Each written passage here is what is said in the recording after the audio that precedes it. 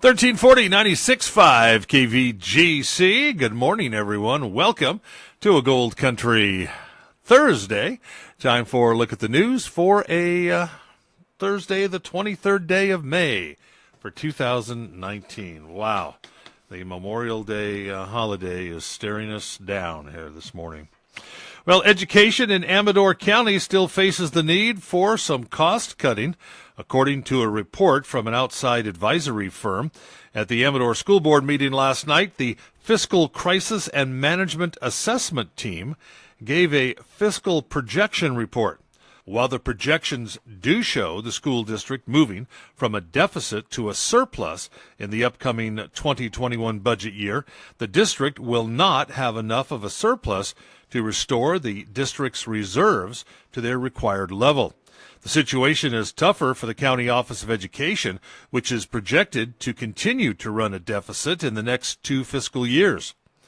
The group recommended a wide range of actions to address these fiscal shortfalls, which run from a hiring freeze, charging fees for field trips, to encouraging students' attendance, all to increase revenues.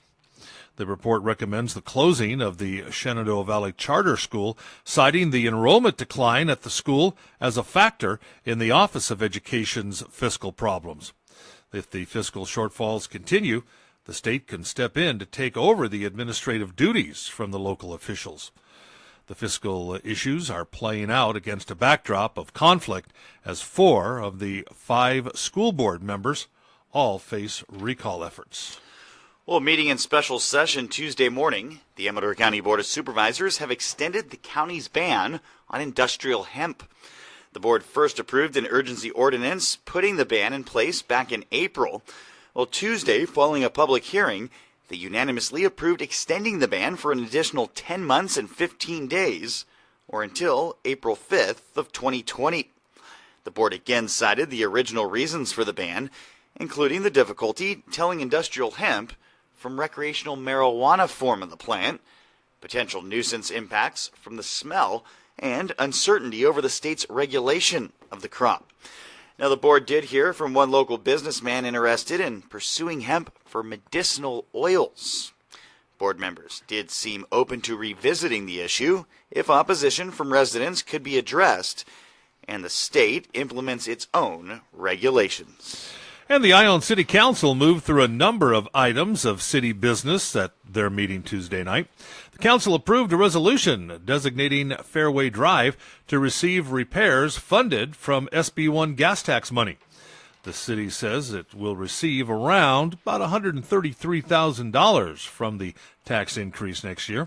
The work will include digging out of damaged areas and repaving, and will extend from north of Oakview to Lakeview.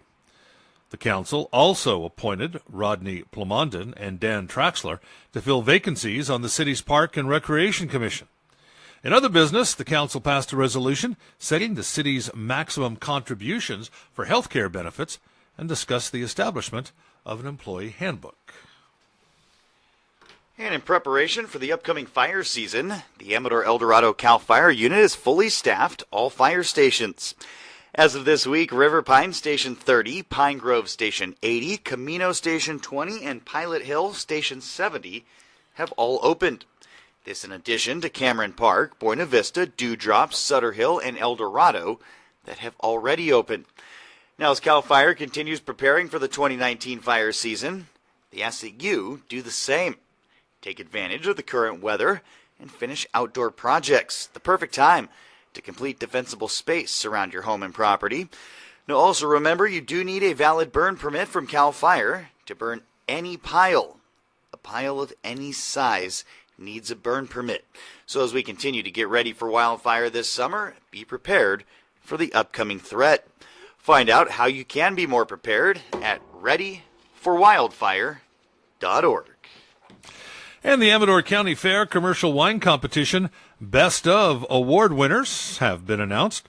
And Ironstone Vineyards out of Calaveras County has been named the 2019 Sierra Foothills Winery of the Year. Carmer won Best Rhone Varietal, Runquist Best Iberian Varietal, and the Noble Ranch was awarded the Best Red Zinfandel in Amador County. Noceto won Best Amador Italian Varietal and Best Rosé.